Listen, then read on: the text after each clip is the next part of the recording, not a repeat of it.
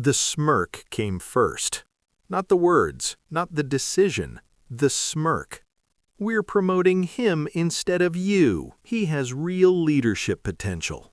My boss leaned back in his chair like this was entertainment, like he'd rehearsed this moment. His fingers drummed the desk, slow and smug, already enjoying the disappointment he expected to see on my face. I didn't give it to him. I stayed still, calm, measured. I slid the envelope across the desk, my resignation. "Thank you for the opportunity," I said. His laugh came easily, too easily, a sharp, careless sound. He didn't even open the envelope, just tossed it aside like it was meaningless paper. "Don't be dramatic," he said. "You'll cool off." I stood up, buttoned my jacket, turned toward the door. That's when he finally looked down, not at the top line, at the last one. The laughter stopped mid-breath. Something in his face cracked. Not anger, not confusion, fear. Because the final line wasn't a goodbye, it was a warning. And suddenly, the room felt very small. This didn't start today. It never does. It started months ago with quiet exclusions, meetings I used to lead suddenly rescheduled, emails answered too late, credit subtly redirected, praise rerouted like a stolen current. And him, Evan, young, charismatic, loud in meetings, empty behind the eyes. My replacement. They said he had leadership potential. What they didn't say was that he had my boss's mentorship. After-hours drinks, private lunches, conversations that stopped when I walked by. I told myself it was paranoia.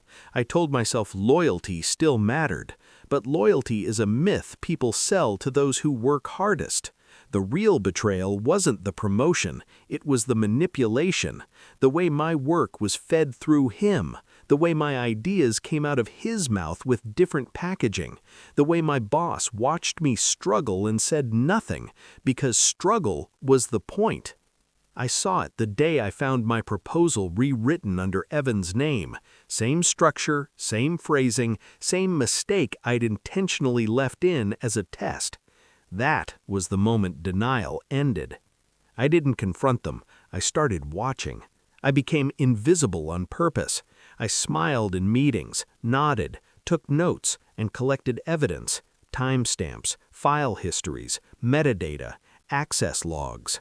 I watched Evan's confidence grow as mine was systematically dismantled, watched my boss build him up with stolen bricks.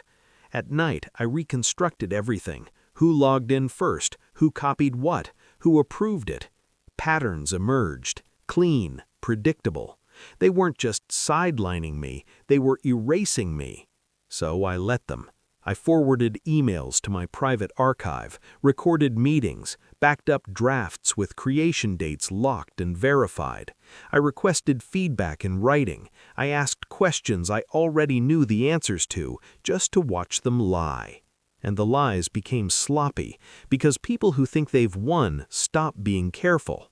Evan started bragging. My boss stopped hiding. They thought silence meant surrender. It meant strategy. Every night, I refined the final document, not an accusation, a timeline. Facts don't shout, they wait.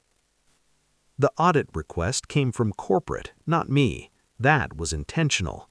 I sat across from my boss when the email arrived, watched the color drain from his face as he read it. "What's this?" he asked. I slid the envelope back across the desk. "The explanation," I said. This time he opened it, page by page. The room went quiet except for his breathing. The final report included everything: original drafts, access logs, witness statements, compliance violations. Evan's leadership documented down to the keystroke. His hands started to shake. "This is a misunderstanding," he whispered. I didn't argue. I didn't need to. Evan was called in minutes later. He walked in confident, walked out broken. I stayed seated, silent, still. Corporate didn't fire them immediately. They never do. They investigate. That's worse. I was offered my position back, with a raise, a quiet apology. I declined. Instead, I accepted a transfer, one level higher, different division, clean slate. My boss tried to speak to me on my last day. "I didn't know you were capable of this," he said. I met his eyes.